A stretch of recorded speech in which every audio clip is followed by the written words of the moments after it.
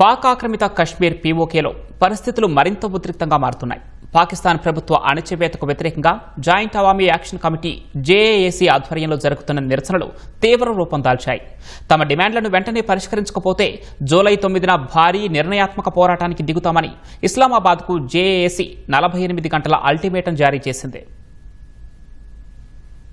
పాక్ ఆక్రమిత కశ్మీర్ భగ్గుమంటోంది. పాక్ ప్రభుత్వ ప్రజా వ్యతిరేక విధానాలపై నిత్యం పోరాడుతున్న joint Awami action committee JAAC Pakistan ప్రభుత్వానికి 48 గంటల డెడ్లైన్ విధించింది. తమ డిమాండ్లన్నింటినీ వెంటనే నెరవేర్చాలని, లేని పక్షంలో జూలై 9న ఫైనల్ యాక్షన్కు దిగుతామని గట్టి హెచ్చరికలు జారీ చేసింది.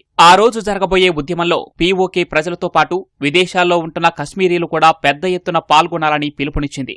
ఇదే క్రమంలో పీఓకేలో జరుగుతున్న పాక్ ప్రభుత్వ అణిచివేతను, అమాయక పౌరుల హత్యలను స్వయంగా చూసేందుకు రావాలని అంతర్జాతీయ సమాజానికి జేఏఏసీ విజ్ఞప్తి చేసింది. జూలై 9న పీఓకేలో పర్యటించాలని ఇస్లామిక్ కోఆపరేషన్ ఆర్గనైజేషన్, ఐరాసా ప్రతినిధులు, అంతర్జాతీయ మీడియా, మానవ హక్కుల సంఘాలను ఆహ్వానించింది. నిరసనల్లో ప్రాణాలు కోల్పోయిన వారికి కమిటీ నివాళులర్పించింది.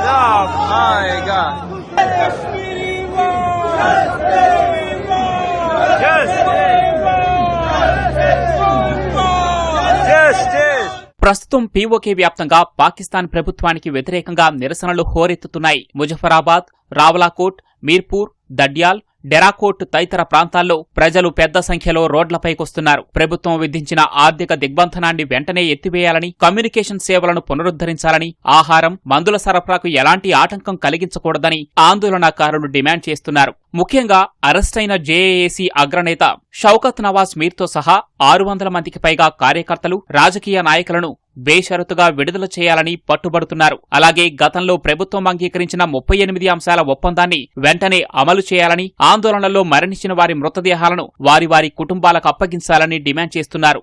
జేఏఏసీ నేత సర్దార్ అమన్ ఖాన్ ఓ వీడియో సందేశంలో భారత్ సహాయం కోరారు. పీఓకేలో పాక్ ప్రభుత్వం ఆహార పదార్థాలు, నిత్యావసరాలను అడ్డుకుంటున్న నేపథ్యంలో మానవతా సాయం అందించాలని కోరారు. పరిస్థితులు మరింత దిగజారితే పౌరులు భారత్కు వచ్చేందుకు వీలుగా నియంత్రణ రేఖ వెంట సరిహద్దును తెరవాలని అమన్ ఖాన్ విజ్ఞప్తి చేశారు.